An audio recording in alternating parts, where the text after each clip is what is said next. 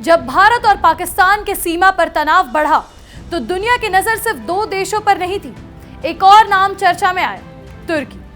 पाकिस्तान के सेना ने तुर्की से बने हथियार इस्तेमाल किए थे।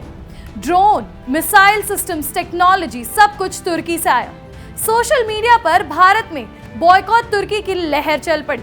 लेकिन रुकिए, अगर आप इतिहास में झांकेंगे तो आपको एक चौंकाने वाला सच मिलेगा। नमस्कार, मैं हूं निशिका झा और आप देख रहे हैं इंडिया डेली। अगर तुर्की ना होता तो शायद भारत अंग्रेजों का कभी गुलाम ही ना बनता। साल था 1857 जब भारत की पहली आजादी की लड़ाई हुई। लेकिन क्या आप जानते हैं उस लड़ाई से बहुत पहले अंग्रेजों की नजर भारत पर क्यों गई? इसका जवाब छिपा है तुर्की की हार में। 18वें दशक में तुर्क साम्राज्य, जिसे ऑटोमन एम्पायर कहा जाता था, लगातार कमजोर हो रहा था। यूरोप के देशों ने मिलकर ऑटोमन साम्राज्य को बीमार आदमी कहना शुरू कह दिया। जब तुर्की कमजोर हुआ तो ब्रिटेन को अपना व्यापारिक रास्ता चुनने पड़ा। जब तुर्की कमजोर हुआ तो ब्रिटेन को अपने व्यापारिक रास्तों की चिंता सताने लगी। ब्रिटिश साम्राज्य को इंडिया से सीधा कनेक्शन चाहिए था।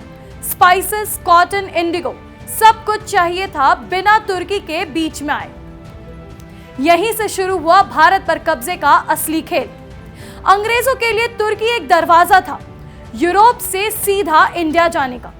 जब वो दरवाजा बंद होने लगा, अंग्रेजों ने दूसरा रास्ता तलाशा, जो था समुद्र से सीधा भारत। इसीलिए ईस्ट इंडिया कंपनी से पहले व्यापार किया, फिर धीरे धीरे भारत को कब्जे में ले लिया।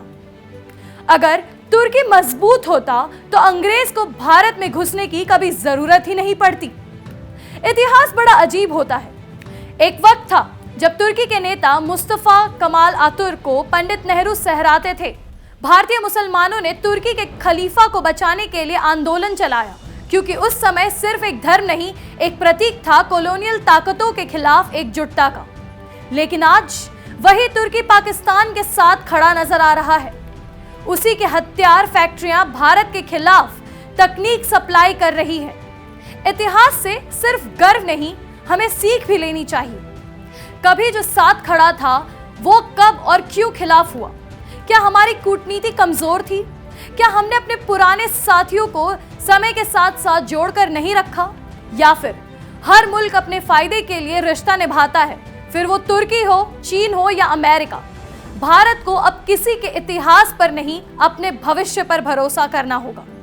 दुनिया बदल रही है, दुश्मन दोस्त सब बदल रहे हैं, लेकिन अगर कुछ नहीं बदलना चाहिए तो वो है भारत की आत्मनिर्भरता और सामर्थ्य। ऐसे ही और तमाम खबरों के लिए देखते रहिए इंडिया डेली।